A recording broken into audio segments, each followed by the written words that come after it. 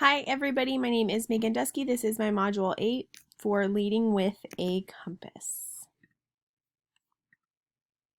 So some of the most important information that I got out of the resources that I read and analyzed were that without a compass, it's very easy for us to get lost, and that keeping people first in our decision making is priority.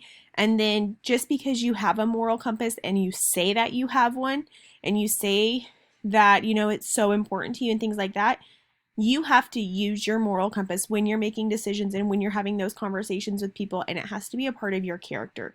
Just saying that you have one isn't enough. You need to actually use it and show that, yes, I have one and I use it to make all the decisions that I need to. So, what is a moral compass? It is the integrity reflex. It's the ability to have a true north and be truthful, trustworthy, so that way you're somebody that your employees, your staff members, your stakeholders in your community feel like they can come and talk to you and know that they're getting the honest, true, and real you. It is all about treating everybody fairly and holding them all to the same rules, because what good are rules if they only apply to some or none? It doesn't point to what we must do. It helps guide us in what we're feeling. It points a person in a particular direction of their life, and we have core values that reside in our hearts, and they've been formed during our lifetime. We don't just wake up one day and automatically have these things. They've been built up, and they come from various walks of life. They could be from our parents, our caregivers, friends, role models, people that we're close in organizations with. So, what is the purpose of a moral compass? It is definitely necessary if you expect to be a leader, as you're going to need to encompass integrity and honesty and truthfulness to be a leader that is well liked and a successful leader. You need to know your values and what you believe in prior to being faced with a decision. And if you refuse to grow, you're only going to affect yourself. Like, if you don't want to grow your moral compass, if you don't want to set those hard lines and talk about your negotiables and non-negotiables, it doesn't hurt anybody else other than you. And then the strength of your moral compass helps define your character. So let's talk about how you can use your moral compass. First of all, it grounds your identity and lets people know what you stand for and what you don't. It helps protect the greater good. It's going to increase your self-confidence because you have a reason to back up why you made the decisions that you did, and you can feel confident that you did make the best decisions because you were being guided by your moral compass.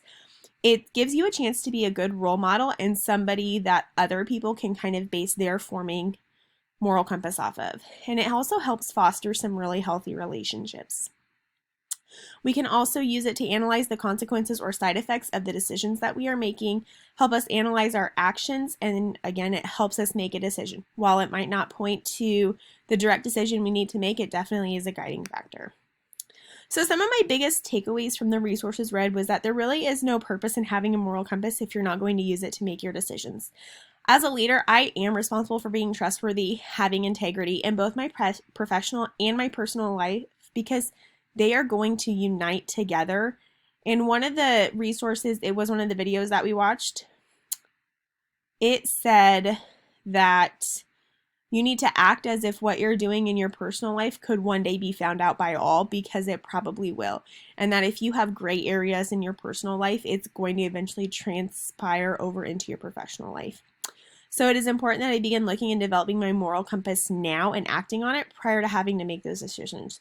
And I also need to work on establishing what is negotiable and what is not, so that way I already know my hard lines and my boundaries, so I know what I'm not going to stand for. And although the moral compasses of all can differ with cultures and lifestyles, it's important that my staff and I are on common ground about what we agree is acceptable and what's not. So right here is a picture graph, or kind of like a pie chart of my personal moral compass. So I have respect, and I do believe in mutual respect between all employees. And I know that I will make decisions that reflect the respect I have for people, their work, and all of our jobs. I also believe that integrity is a strong point here. I will stay true to myself and my word and continue to hold my word, because it's going to build up my character. Fairness, I enjoy rules and expectations. I like to know what's expected of me, and I like to know that everybody else has those same expectations. And so I'm going to make sure that my coworkers know and my staff know we all have high expectations, and you're all expected to do it. People first, I will make decisions with the forefront of people and their relationships and how it will affect them in my mind. These are my resources.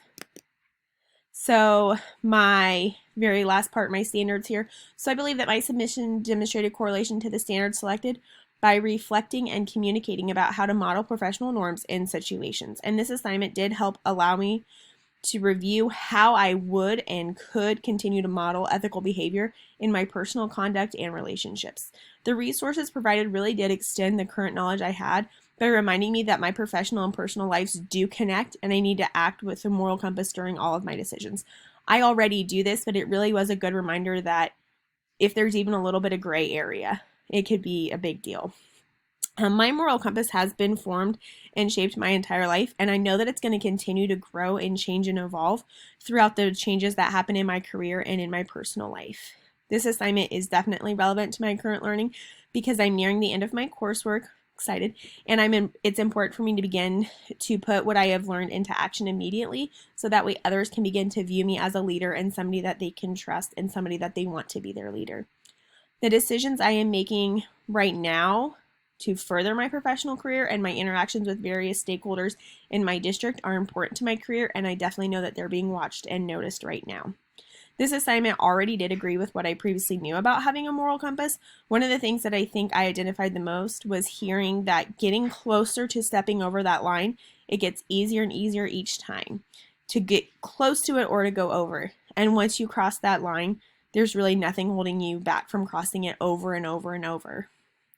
My personal reflection, this assignment will influence the way I meet with staff members, coworkers, students, and parents in the times ahead. I know that it's important to use my moral compass through all my walks of life. It not only lets me know what I can expect from myself, but lets me know what others can expect of me too, and I think that's very important. I enjoyed creating my moral compass. I'm going to switch back to it real quick so you can get another visual of it. I created all of those 4 parts equally to remind myself that no strand of my compass is more significant than any other strand, but that when they're all paired together, others get the best of me and my truest, best decisions can be made. Thank you, and I hope that you enjoyed my Christmas theme. I kind of thought since we're getting close to that time of year, it might make for something fun. Thanks.